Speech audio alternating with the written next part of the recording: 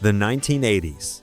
A decade of big hair, blockbuster movies, and some truly unforgettable cars. We loved them. We watched them in our driveways. We remember them fondly. But let's be honest, not every car from that era was a masterpiece. For every legend, there was a lemon. Some were hilariously unreliable. Some were dangerously unsafe. And some were just plain weird. So buckle up, or maybe don't, because, hey, this is the 80s? As we take a hilarious and nostalgic ride through 10 of the worst cars ever sold in America.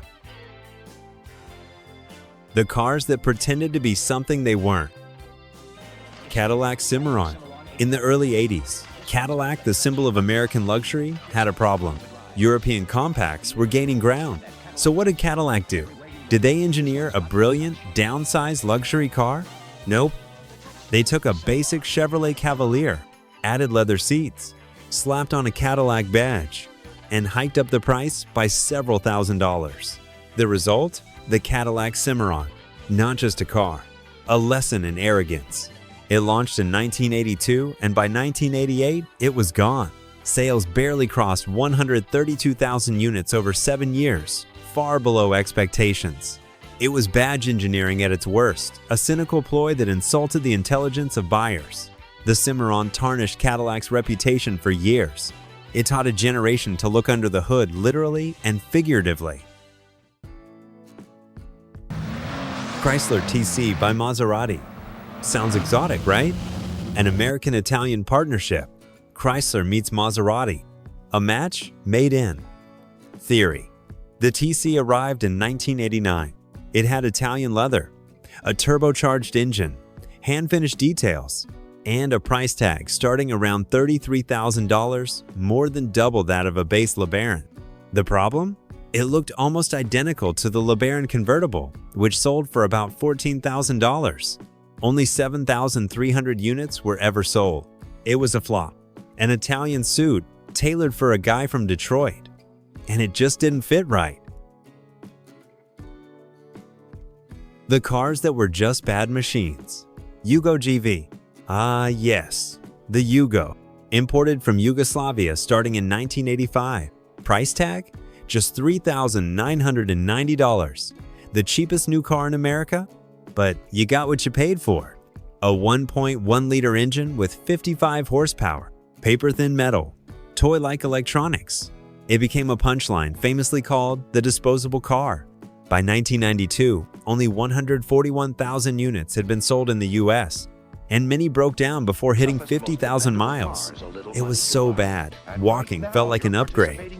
The Yugo, the car that made public buses seem luxurious. Chevrolet Citation, launched in 1980. It was GM's first major front-wheel drive compact.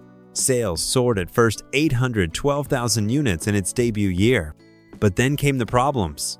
Brakes that locked up, axles that failed, panels that didn't align. It was subject to multiple recalls, including one for a brake issue that affected over 234,000 vehicles. Consumer Reports rated it not acceptable. The Citation's reputation fell apart just like the cars themselves. A cautionary tale from Detroit's darkest hours. Renault Alliance, a French-American collaboration between Renault and AMC, launched in 1983. It even won Motor Trend's Car of the Year award. But the honeymoon ended fast. Rust issues, electrical gremlins, parts that fell off. Despite selling over 600,000 units by the late 1980s, many owners reported major mechanical failures within the first 30,000 miles. The Alliance, a car that looked great on paper and spent most of its life in the shop. Pontiac Fiero, a two-seat, mid-engine American sports car. Launched in 1984 with fanfare, but it came with a fiery flaw. The early models had an iron block 2.5L engine. When oil leaked, which it often did, it dripped onto the hot exhaust manifold. Boom. Fire. And not the cool kind. Over 135 Fieros caught fire in real-world incidents. GM recalled more than 125,000 vehicles. Later versions were improved, but by then, The Fiero's name was toast. Quite literally. The cars that were just too strange to succeed. DeLorean DMC-12. Before it became a time machine, it was a troubled dream. Stainless steel body, gull-wing doors, movie star looks. But under the hood, a weak one, 3.0. Horsepower V6 from Peugeot Renault Volvo. The car weighed over 2,700 pounds but couldn't reach 60 miles per hour in under 10 seconds. It cost $25,000 in 1981, about $80,000 today. Too expensive, too slow, too complicated. Fewer than 9,000 units were built. The company collapsed in just 2 years. And John DeLorean? Arrested in a cocaine trafficking sting. The DMC-12, a car that looked like the future, but never made it past the present. AMC Eagle, the world's first crossover, launched in 1980. It combined a wagon body with four-wheel drive. Brilliant idea, but the execution? Not so much. It was built on the aging AMC Concorde platform.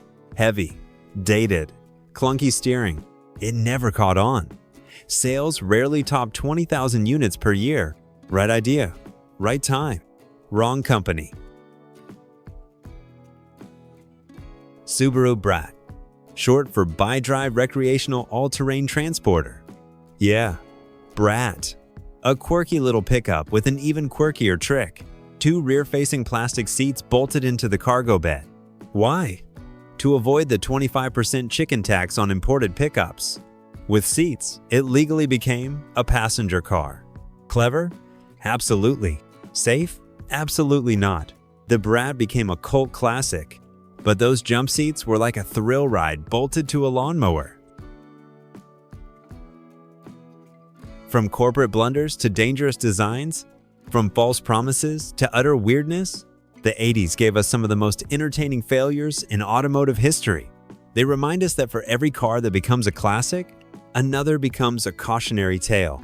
So what's the worst car you remember from the 80s? Let us know in the comments below. And if you enjoyed this trip down a very bumpy memory lane, give it a like. Maybe subscribe. We've got more where that came from.